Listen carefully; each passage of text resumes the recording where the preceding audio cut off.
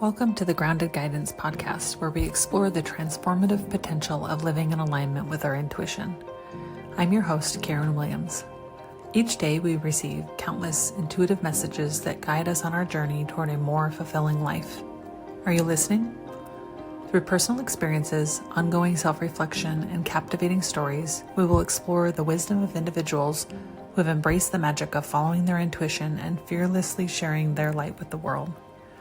These conversations are designed to meet you exactly where you are, serving as a gentle push from the universe to join us on this enlightening journey. This is Curious Conversations About Crystals Part 2. Join crystal enthusiasts Carol, Kim, Kayla, and Karen as they continue to share their ongoing wisdom, experiences, and personal journeys with crystals. We discuss protection, meditation, energy healing, and so much more. We invite you, as a seasoned crystal collector or just beginning to explore the magical world of crystals, to join us. See you on the inside. I guess maybe that's kind of, are the points usually natural? Mm-hmm. Yeah. I like it when they're like raw. Feels like you're more connected to the earth. Also, like, how crazy is it that these come from the earth? I know. Right? Yeah. It's amazing. Yeah, I think I like both. I don't know that I discriminate. Obviously, some are nicer polished because their raw form is just not as, fun to touch or keep next to you. I think it also depends on what you're using it for. So, like, if you're going to be wearing it polished, usually feels a little bit better against the skin. And then I think some things, like calcite in particular, I think I prefer calcite in its raw form rather than a polished form. I think it takes the natural texture away from it in a polished form. It does, yes. I agree. And because it feels so wonderful in its natural form, it doesn't need to be polished. I just encountered that with serpentine also. Oh, yes. Serpentine in its raw form feels almost just as wonderful as serpentine in its polished form. Is that, I know it's green serpentine, but I don't like the way it feels. Oh, see, I like the way it feels. I feel like it. Do you have it too, Carol? Well, yeah. Oh, wow. See, mine's like a raw. Yours is polished. This one feels funny. Feels like, oh, look at yours. Oh, yeah, that's nice. Really. What is that? Yeah, it's serpentine. Tyler, he mined it himself. Oh, wow. So he dug that out of the ground himself, and Kim's cousin. And he's the one that gave me this one. Yeah, it's really nice. I don't know why. It doesn't have any of the white veining that your guys' does. I do also have a polished piece. Oh, pretty. But it looks like avocado almost. It's just, it's not something that I would naturally be drawn to. Also, something like I've noticed, like peridot, right? Peridot is my birthstone. I've had it my entire life. It's been given to me on my birthday my entire life by my dad.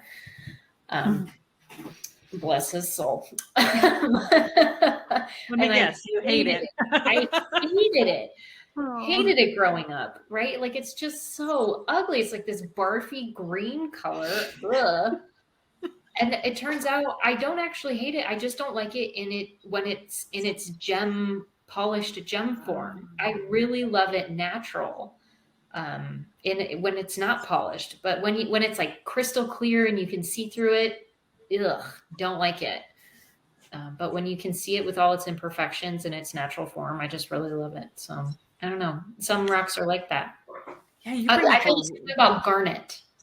Oh, yeah. I don't like a polished garnet. I think they're so ugly. But you give me a raw garnet, all for it. I'm all for it. I think this is ruby. I'm the same way. That one's hard to see. That's a raw ruby. Yeah, raw ruby. Yeah, you bring up a good point because so much of the gems that are even lab created are just not very pretty. Yeah, I But don't then know when you, like seeing through something made it become like because you can see through it, now it's beautiful. I don't yeah. think so. I don't know. I like the cloudy ones. Uh-huh. I'm not sure I've ever seen a raw peridot. Do you have one? No, I don't think I have, but I've encountered it a few times. They're expensive. Oh. So They're usually very little because they are so expensive. yeah, that's the problem. But every time I see one, I'm like drawn to it, like, oh, I love that. But I'm too cheap to buy it. I wonder if you could wear it raw rather than a cut gemstone. I'm sure you could. I just don't know Advertise. why, there's probably not a large market for it. Mhm. So weird. Aquamarine's the same way for me. Like Yes. I don't like aquamarine in a polished form, but I love it in a raw form. Yeah, Looks like rock Sounds candy cool. almost. It's just beautiful. that is beautiful. You know, I think I'm on a mission to get you to get those crystals out of your box and put Yeah. around your house. When they're not all in a box and somewhere around your house, does it feel better? I don't feel like I know the healing properties of them enough to be like, this one needs to go here. Black tourmaline. I have lots of black tourmaline all over the house. That is the one stone that is out and about all the time. That and selenite. Thanks Okay, to where Marge. do you put? Okay, tell me where you put your black tourmaline. I want to hear all about it. Over every single doorway in my house, there's a black tourmaline. Because we have energies here that come and go. And yeah, it's just helpful to kind of give them a boundary sometimes. Although sometimes I'm not sure it's working very well. They need to be cleansed. Yeah, Yeah, well, you they've do. got Yeah. selenite next to them. So, like, at what point does selenite need to be cleansed? Isn't it like eternally cleansed? It is. Yes. When it's not doing a great job some nights. But they do collect dust, right? Yeah. Physically, they need to be cleansed, Okay. right? But you can't run water over selenite, can you? No. No, not selenite. Your tourmaline will Oh, the become. tourmaline. Yeah, because I do the same thing over all windows and over all doors, and then at the base of every windowsill. But I find that mine they absorb a lot. I also put tourmaline under my bed. There's a big chunk under my bed, which I really like. But yeah, so doorways going into bedrooms, doorways, definitely the doorway into your home, and then windowsills. That's a lot of tourmaline though. So if you need to start somewhere, start with the front door. And then maybe under your bed. Build up to over every single doorway. Yeah, because tourmaline can get very expensive. Yeah. I've got a supplier next door who just comes over with her flags of tourmaline. I'll say, oh, the girl's had a bad nightmare last night. She comes over with her tourmaline. Okay, so are yours in little chunks, raw chunks? Yeah, raw chunks. Mostly. Mm-hmm. Yeah, that's the best. What's your go-to, Kim, for house protection? I guess I should say, or land protection, house or land protection. All of them. But I was told like recently that I needed to get black tourmaline in every single corner of my house. So maybe it's time to get some of that. It is expensive though. Mm-hmm. There was like a little tiny little ball that was like $5. So where do you source your if you have a lot of it, where do you source your tourmaline from? Do you source it online? No. Does anybody source anything online? I do sometimes. Yeah. Yeah. Yeah. Not Amazon. Well, sorry, I shouldn't say names. Yeah. But there are some. I think over the years I've bought quite a lot online and some reputable gem crystal warehouses that sell bulk. So how do you find those people? Well, I think you have put me in contact with a couple over the years, and other people that say, oh, no, well, this is where I go. You try to do as much research as you can to make sure you're getting a good product. Sometimes just because it's more expensive doesn't mean it's any better. But the location, like Kim said earlier, whether it's coming from Brazil or Peru or Africa or wherever, it's coming from, is the shipping as well as the handling. Right. Yeah, I found too, it seems to be such a crazed market, especially in the years that I've really become a collector and then a use of the tools. It seems like everybody has gotten into this. And so the level of discernment seems to have to be a lot higher than it used to be, at least for, where I buy. Even at the gem shows, even at the big, the Tucson Gem Show is the biggest in the world, and there is still crap there, so you really have to, use your discernment. You have to understand what you're looking for. Citrine is one that can be duped a lot. Same with turquoise. But using your intuition and how it feels, that's a big piece. And then buying from reputable people. That's really important. One of the things that I really like for my jewelry is this little guy. It's a selenite moon. I just you can pop your jewelry in there at night. Yeah. I'm going to go get a selenite bowl. Yeah. Yes. Yeah. That's good. Or a selenite wand, right? A lot of wands, but not a lot of bowls. Or You have a lot of wands. Little plates that you were showing. I really like that one. I kind of like, for protection, just almost anything black. I think they kind of rotate in and out for me. It's the tourmaline's absolutely, one of the favorites, but obsidian, I don't think that has some great protection properties. Apache tears, depending on what else is going on in the house. I love Apache tears. We've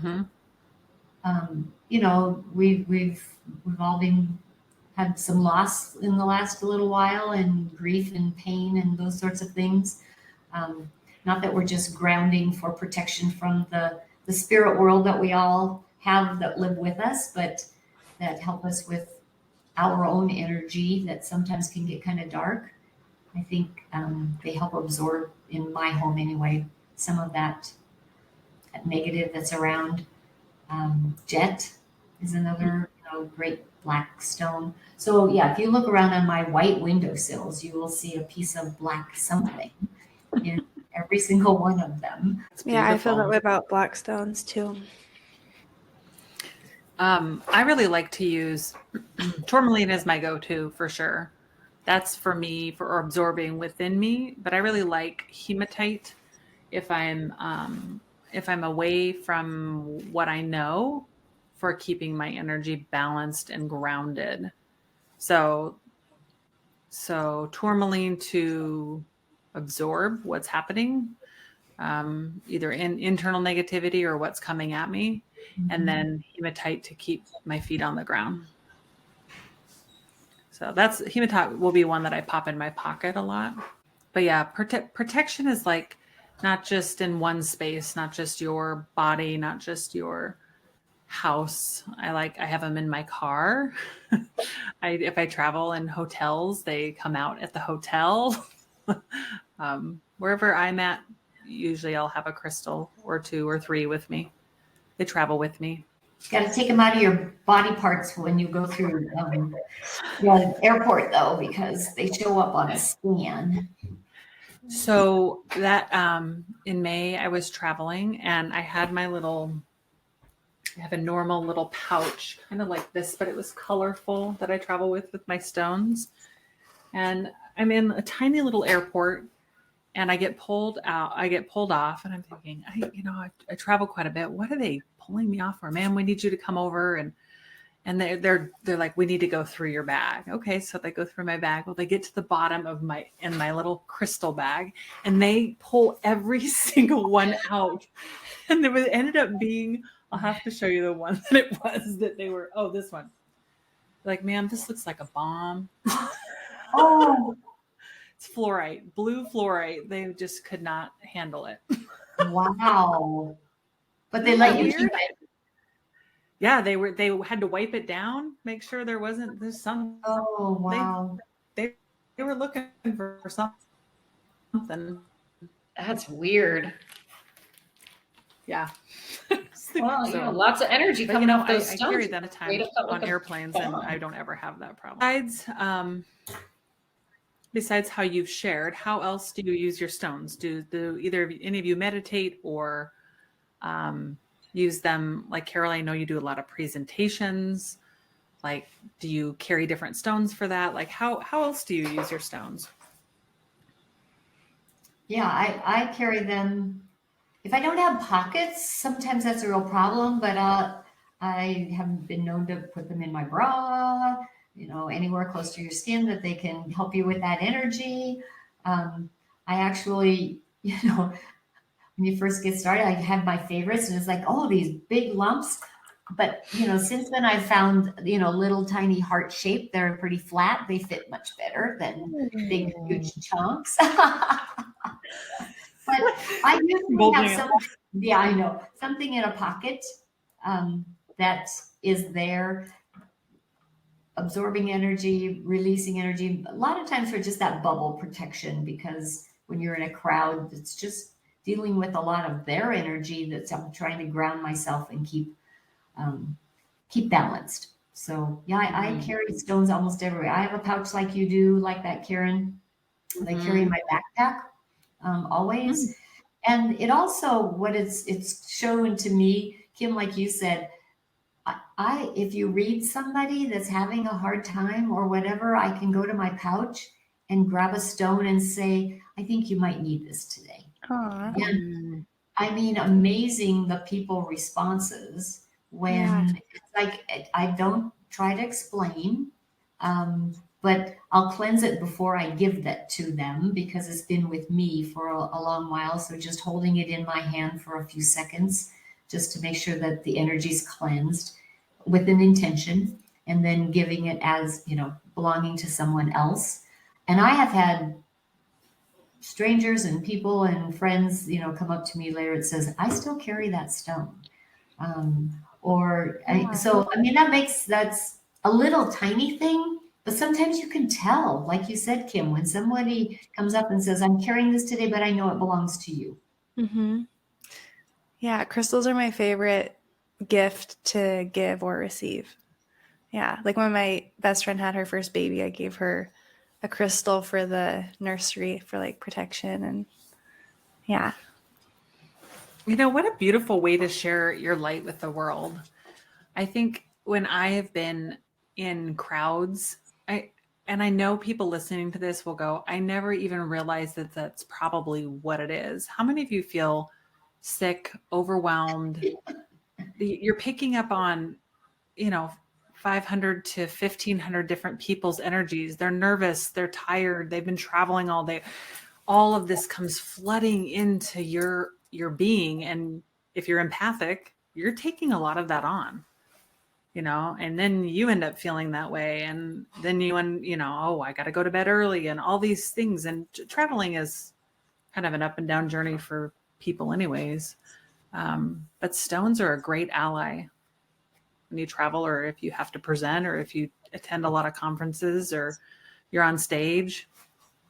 It kind of is your oh gosh. How many people? Hospitals, airplanes, airports, anywhere there's a big conglomeration of fear, people. Hospitals are one of the worst places for me. That's where I really have to gem up, for sure. And it's probably not even just like humans, it's more spiritual energy when you're in hospitals, huh? It's both. It's both, people that are maybe not all there, mentally, emotionally, physically. And then there's a lot of fear. a lot of fear in hospitals. Yeah. Yeah. So how do you shield from that? And then how do you not take that on? And crystals can be such a great ally for that. You know, it's something that you don't really even have to tell anybody you're using, right? They can provide that really nice energetic protection against you and what's happening in your environment. Yeah. Even going to somebody's house, like if you're going to somebody's house that you don't know, like, oh, what's this going to be like? Yeah, and I know, Carol, you say you carry them all the time. There's always one in your pocket or your bra or somewhere, or jewelry. Yeah, but Yeah, it's a lot also of times, yeah. When I travel, then the stones I have on the airplane, then I leave in my room, and then I'll put on stones or change stones with an intention before you go out to meet who you're, the crowd for dinner or whatever. Because so many people, when you get off that airplane, you feel grumpy, you feel tired, and you feel like oh my gosh, you're just exhausted and overwhelmed. Well, it's not necessarily, sometimes it's the travel and the length of time, but usually for me, it's just the people in the space giving off their own fear or energy. So I'll leave those stones behind, change my stones, and then move on to my business. That's a great suggestion. I'm not sure I practice that. I'll take them off at the end of the day and do my little cleansing ritual, but if you're moving between spaces, that's a great plan. So do you have a go-to if you're going to meet people? You probably always have a protection. You probably always have a protection crystal. Is there something you use with like communication and your way to navigate around a room that you may not know, right? Well, and yeah, labradorite again is my go-to for that grounded communication, and for grounding me so that you don't get spun up all over, which we all can do. So that will be usually what I put on after I get rid of the gems that are in my bag and my pockets and things, just to help me take a deep breath. I love that. I use mine for creativity. I will like put them around me when I'm like editing a video or something, and put them around my computer or on my computer. Give me good juju, inspiration. Yeah, what do you use for creativity? I feel like I use a lot of opalite. I know I'm always drawn to opalite for creativity, or I don't know do you know what this one is? No. It's a really rare one. When I got it, he said it was like from. Is it red tourmaline? No, it started with a K, I think. I need to find the. The rock lady will figure it out. Where's your Bible? I had to put my stones away. They were giving me the worst headache. Oh, seriously? Yeah, I just had to. I closed them up and left out just a couple, and my headache feels better. I don't know. It's in my head. Yeah, no, it's probably not in your head. No. It's not see-through though, right? It's not see-through. No, it's kind of soapy. Okay. I've never seen something like that. Is it like a red kyanite? It's like pink, but maybe it's kyanite. I wish I should have grabbed that before we started this, but that one brings me a lot of. Kunzite. No, this is kunzite. Kunzite's more clear though, right? Crystalline. This is kunzite. That's why I'm thinking it might be kyanite, but I don't know of red kyanite. That might be it. That sounds familiar, kyanite. It's not in my K section if it's not kyanite. I really like to use my stones during meditation. I'll use them a couple different ways. I'll hold them in my left and or right hand. I'll do one or two usually, depending on what it is. I just let my intuition guide me. I don't try to like figure out what I need to hold or what. I usually have my go-to dambarite, kunzite, ones that like help kind of open up access to the higher self, the higher consciousness, higher communication. And then as I'm moving through my meditation, things will pop in, like pick up this stone, pick up that stone. And then it's really interesting, the insights that come through when I pick up the vibration of a different crystal. And it's interesting to see where the meditation goes. So I really like to use them that way. If I am doing a sleep meditation where I'm doing like a small pocket of time where I'm in like a real deep, like non-sleep deep rest. I don't know if any of you have experienced that, where you just go for like 20 minutes and it just kind of turns your brain off. I'll wear an eye mask and then put a crystal right here in my third eye. And I feel like that kind of opens things up and kind of clears things out. So that's a nice way to use it. Yeah. Kim, I think that's rhodonite. Yes. Rhodonite. Yeah. Rhodonite. That's the one. It's got kind of some veining in it, like darker veining in it. Rhodonite. Rhodonite. Helps realize one's unique capacities and fulfills one's destiny. That's it. It's helping me fulfill my destiny with my videos. Do any of you have crystals by your computers for the electromagnetic field? Yes. Yes. Mm-hmm. I use magnetite and I don't have it here right now. What's it called? It's the one that makes your fingers all dirty. Yes. I can't place it. Yeah, it looks similar to hematite. Yeah, but it puts off like a charcoal on your hands, sort of. Oh gosh. I have that one all over the house where there's electronics. Why can I not remember it? I can't either. It's an excellent stone. I don't like to touch it though. Because it absorbs all those EMFs or EMPs. It's a great one to put by your bedside table as well. Oh my gosh, you guys, what is the name? I know. It just starts with an S, right? Oh gosh. Shungite. Shungite. Yes, I knew it started with an S. I've never heard of shungite. It's a great one for absorbing all the EMF radiation that is released from our phones and all of our devices.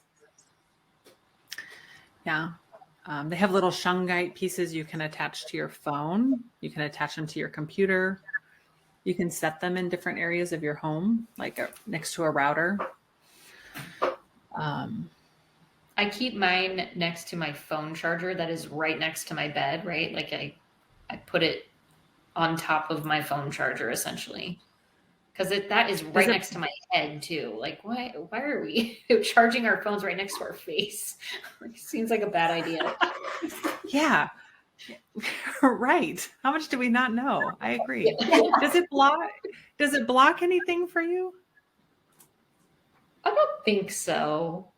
I mean, maybe it is, and I'm just not aware of it. But no, I don't think so. I still dream most nights and still hear things. So, Still hear things. Okay, tell me about your favorite green crystal. Moss agate, I mentioned earlier. That's my favorite green crystal. Moss agate. Peridot in its raw form, I think, is good. And then I've just recently discovered serpentine, which I'm enjoying as well. Yeah, it seems like that's what you really like, the green crystals. I don't like the color green at all, almost. For some reason, I'm just kind of drawn to those ones specifically. I don't know why. So green correlates with your heart chakra, the fourth energy center in your body. So a lot of times people will use a green crystal or green crystals if they're working on green and or maybe pink if they're working on healing issues of the heart. Wow. Yeah. See, okay, I just bought a big green aventurine and I am currently healing my heart. but I didn't really realize that that's what it was for. So now it makes sense why I was drawn to it. A lot of my crystals are green though, because it's my favorite color. So Yeah, a lot of mine are green too, because it is my favorite color as well. Oh, turquoise. Do you consider turquoise green or do you consider it blue? I consider it blue. I don't have I consider it blue as well. Yeah. I have a green moss agate though on my nightstand. That's the only crystal on my nightstand. It's a green moss agate. I love moss agate. It feels so good to me. Like Me too. It's so grounding and loving, and it's part of that root chakra. That moss agate is part of the root chakra, right? So it is intentionally used for grounding and things like that.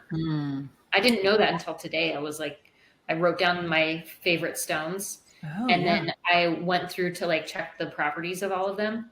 Yes. All of my favorite stones are in the root chakra. Really? Yeah, it's really funny. Like smoky quartz, Apache tears, jasper, garnet, and black tourmaline. I love, like, those are the first, like, as I was thinking of the stones that I really enjoy, I wrote those down, and then I went and looked, and all of them fall into the root chakra. So what do you think that means? Do you think that means that that's where you've like that's helping you do a lot of work in that area of your body? Or do you think that you're drawn to that because that's what feels safe to you? Like if you think about root chakra properties, right? Mm-hmm. Yeah, I think for me, it's that's the physical state that I feel most comfortable in, right? Like it's what makes me feel best about myself. So if I can be grounded in that root chakra, stuck in the ground, sewn to the soil, if you will, that's just kind of where I feel most comfortable. Now I'm super curious. I gotta look that up for myself. All my favorite stones and what chakra they all correlate. Yeah, you might be surprised. It's interesting. Yeah, that is super fascinating because that is, I learned a lot just in you telling me that. Although I told you earlier, I really like calcite a lot, and that's the sacral chakra, which is, I don't know why. What about you, Carol? What's your favorite green stone? Well, my favorite green is preonite. Oh, yes. So it's actually kind of a greenish yellow. This one is, but I wear that every day next to my heart. And yeah, so when I was at a gem store, great story. So my sisters were there also, and we walked in, and this lady says, "Oh, so we have a whole bunch of teachers here," which my sisters are. And then she says, "And we have a healer." And she walked up to me, we had not met, and she handed me this preonite. And she said, "You need this stone," because she said it actually, preonite heals the healers. So, but it has so many other properties as well. Preonite does. It's grounding. It's spiritual. I mean, it has for me a connection to that spirit world. It's actually heart chakra instead of sacral or root. Anyway, so it sits right there every day. So that's my favorite green stone. I love that. Agate, but whenever I have a moss agate, I have a bowl full. I also have carnelian with it. See, like it's opposite. Kind of fit together, and I love to give the two stones together also. I don't know why I think they go together. I didn't research that, but in my world, they are nice partners. So carnelian will energize anything it sits next to. Okay. So it works a lot like selenite. So if you put a carnelian in your bag of stones, it will energize the other stones around it. Yeah. So I really like a raw chunk of carnelian. That just feels really that's cool. Yeah, isn't that neat? I really love, it just feels empowering to me. Yeah. Go ahead. Sorry, I was just looking up preonite because I don't know anything about it. Yeah. And emotionally, it's supposed to bring peaceful awareness, dispel worry and restlessness, and it spiritually attunes one to the higher dimensions through heart awareness. But it's also supposed to be a purifier for the energies of the digestive system. I did not know that. Very interesting. Yes. I wear preonite in a crowd when I'm presenting at a conference or to help me stay really grounded in my power. Mm-hmm. I was kind of looking for my piece, but I can't find it. That's when I wear it. It feels very, it continually brings me back to, warding off the monkey mind and that big crowd. Sure. My favorite green is chrysoprase. Oh, yes. Oh, Which is like balm to my heart when I'm struggling. I It love feels that a lot one. like, yeah, isn't that neat? It feels a lot like calcite, but it's not. Oh, yes. Oh, yours is raw though. It's raw. Yep. Oh, I And love that.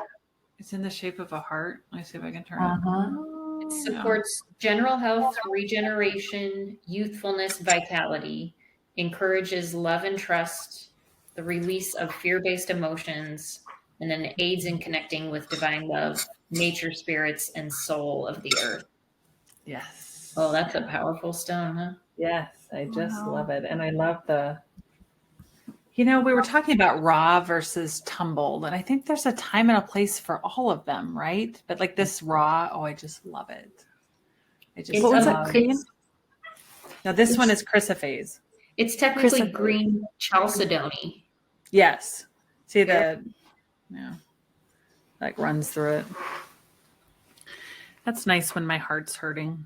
And I don't feel like I have, sometimes stones make me feel like I have to, like labradorite is the one stone for me that I feel like I have to, all right, we're ready to go. Like I have to show up for the stone almost. Oh, yeah. Oh, yes. Like I gotta have its back because it's having my back. It feels like such a powerhouse to me, and I love it. But like stones like this, I can just like, all right, cool, like all is good, right? So there's a time and a place for all of them. I really feel like, but sometimes I like labradorite. If I'm not ready, I kind of feel like it can, beat me up. Yep, exactly. Yeah. I guess I've never been ready for labradorite. It always makes me feel really sick. I do not like it. Yeah, I don't like being in the same really? room with it sometimes. Although when Carol, when you're wearing it, it doesn't impact me in any sort of way when it's on you. And it is on you all the time. But when I'm alone with it, it's not good. Okay, so I want to know how do I work with something if it's like, because that's probably a question people have. Like if like it makes you sick, I love it, but I feel like I have to be ready for it. Like, how does one continue to work with something? Does that mean that I shouldn't use it? Does that mean I shouldn't ever try it again? Am I not drawn to that stone? Like I love labradorite. I love the way it looks. I have it on tonight. I love the way it looks too. I think it's so beautiful, right? I mean, the way that it like it sparkles and it changes so color. beautiful. Yeah, it's gorgeous. I think for me, I wonder if it's a time and space sort of stone. Like you have to be in the right time and space of your life to be able to connect with it. Or maybe, I don't know, maybe it's an age thing. I can't stand it. Karen, it's like a little weird for you, but you like it. And then Carol, you're like, this is great, like maybe as you progress in age, it just gets better. No, but I think I feel that way about kyanite. Yeah. Because I think I haven't reached that level of inner growth, maybe, and maybe that's not the right phrase, in order for my body, my system to understand and be able to work with that. So I haven't given up on it. I have some, but Sky is in a black velvet pouch in the closet, because having it exposed out gives me the weebie-jeebies. Wow. That is amazing. Here's the one that does it for me. Super 7. Oh, I have one of those I had to put away also. Oh, yes. It is Yeah. it is a conglomerate of, I think, 7 different stones found somewhere. It's found naturally, but I just like everything's, I get a headache, my third eye starts vibrating, everything just starts like, whoa. And I was so excited because it's a very expensive stone. Yeah. And I had hunted for it. Yes. I personally chose the piece because I was so excited to have a Super 7 stone. It was going to do everything for me all in one. Oh my goodness. I'm like you, Karen. It's wow, way out of the world. It sits most times, like even just at picking it up, it's like my head starts to like, whoa, folks, whoa. But then I'm curious, to those listening, there's probably people that are going to say, I love Super 7. Like we all vibrate at this different level, not good, not bad, just like we're all on our own path. And that's what's so cool about crystals, right? We all are unique in all of this, and what works for you is not going to work for me. And vice versa. And sometimes we align and sometimes we don't, and that's okay too. I would just say, keep being curious about them. If you're interested in them, just keep being curious about them. Right? I know a lot of people are curious about, like, well, I'm not feeling anything. You're feeling something. I don't feel something. Well, I think you're trying too hard, because you will feel something if it's not right. Try something on. Try something that works, pick up something and see how it feels.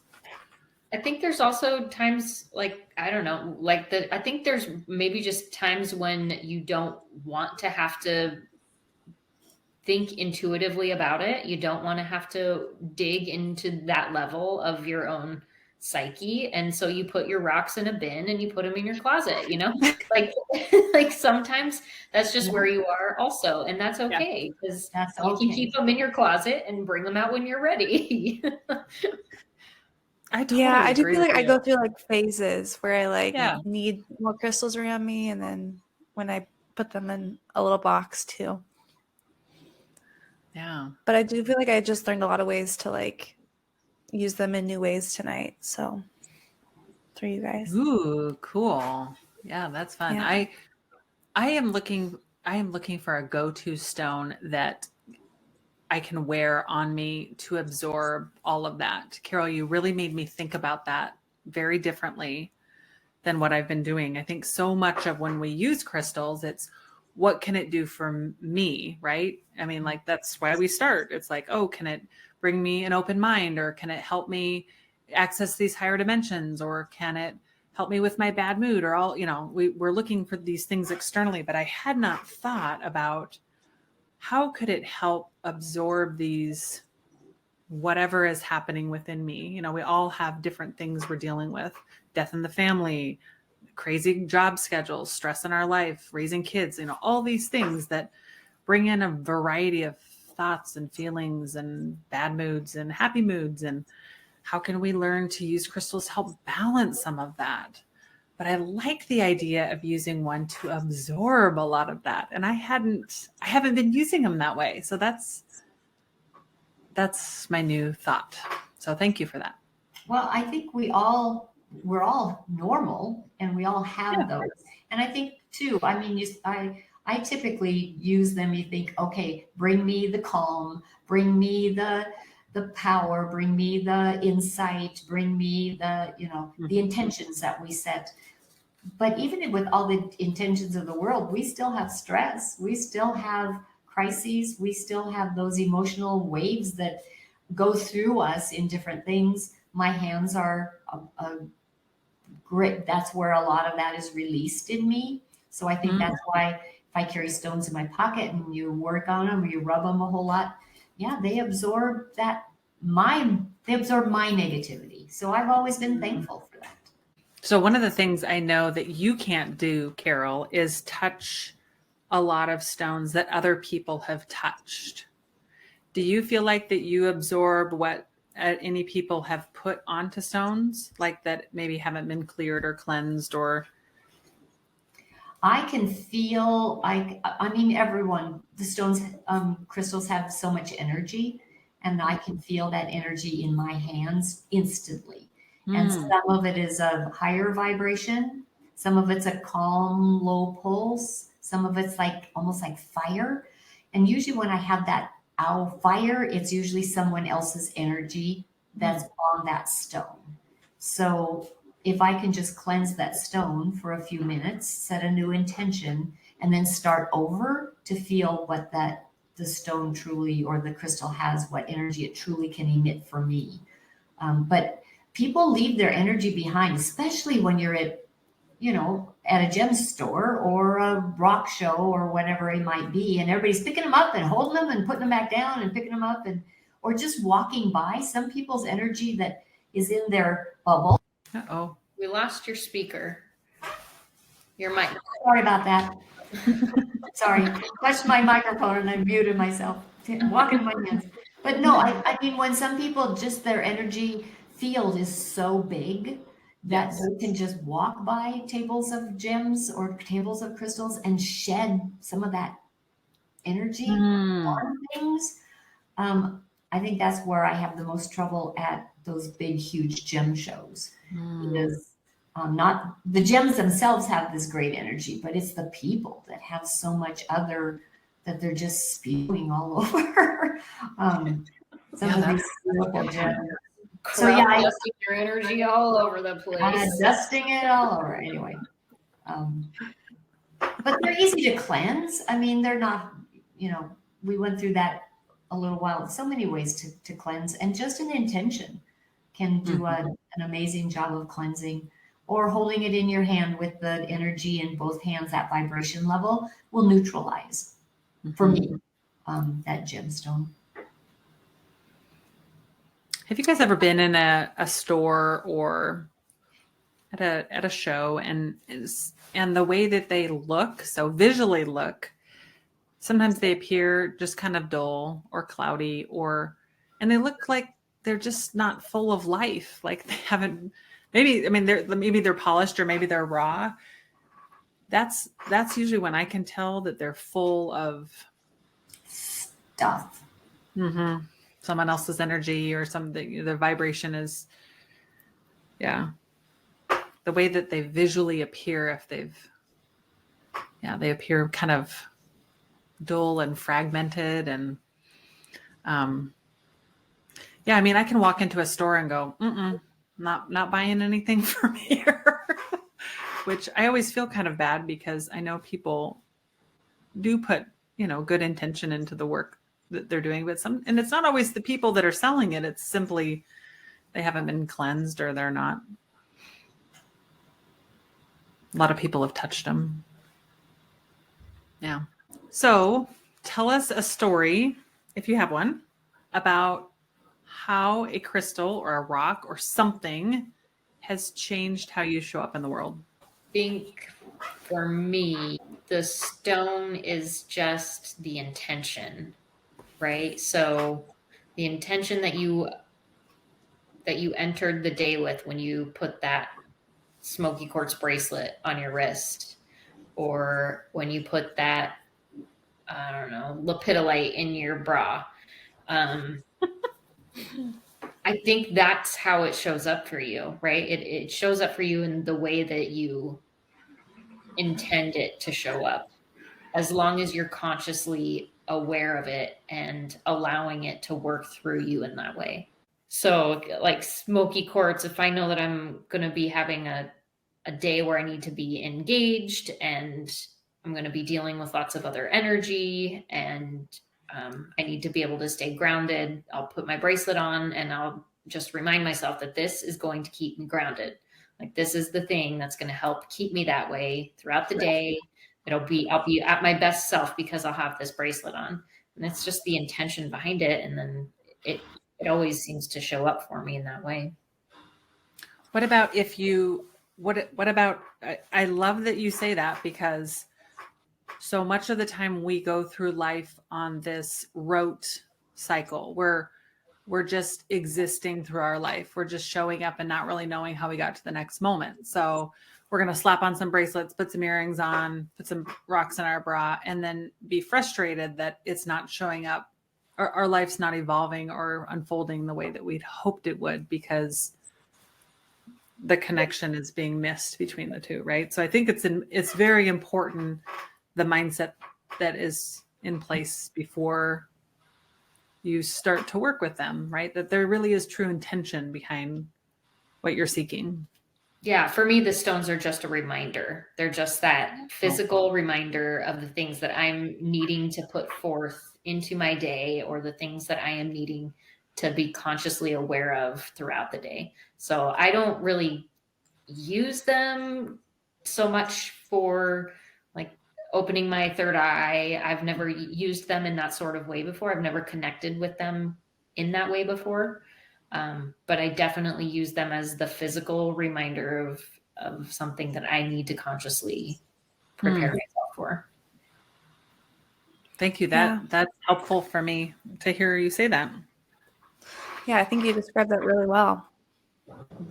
Well, and I think that's really beautiful, because especially as you don't have to know every metaphysical characteristic about a stone. You don't have to, know that it maybe is someone in a book says it's got healing properties for this, this, and this, and this. But if you just set an intention for it and use it that way, I think that's, for people getting started, that's wonderful. You don't have to research a whole lot. Choose the one that calls you, set your intention, and whenever you wear it or have that stone with you, you know that your intention is what your focus is on. Kale, I think that's a really nice way to wear them, think about it, and show up with your stone. It's very grounded, Hila. Yeah. It's like it's a very grounded way to use crystals. I mean, let's be real. It's so easy to get caught up in, reading about the metaphysical properties, which, don't get me wrong, that is really fun. It's all very interesting, for sure. It is. And to learn about the geologic properties and like where they're mined from, all of that it really is. If you're a rock nerd, it's really fun. And I'm kind of a rock nerd. But it's easy to get caught up in the metaphysical pieces, going, oh, it's this or it's that. And that is really fun. I love that too. But always reminding yourself what's the intention. And I think that's very important. Yeah. I think crystals remind me that there's like magic in the world. Whenever I see a crystal or I have a crystal with me, it connects me to the magic of life.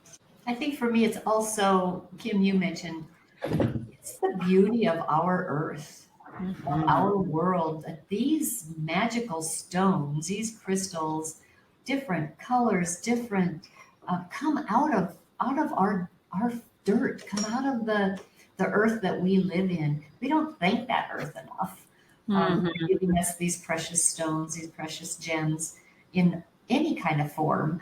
I think it would be so fun to be a gem digger or gemologist, I know, but actually find these. I think a rock hound. I think that's why little kids love to, play in the rock or on the beach, to find that magic stone, no matter what it is, if it's sea glass or if it's an agate or, whatever. I think we've all been there. I think we forget sometimes it's just that simple. Yeah. I mean, you're right. There's a lot of them are so beautiful and they're so fun to look at and hold and feel, but it's really, to me, it's about like the treasure that it's like a whole world, the treasure that they behold.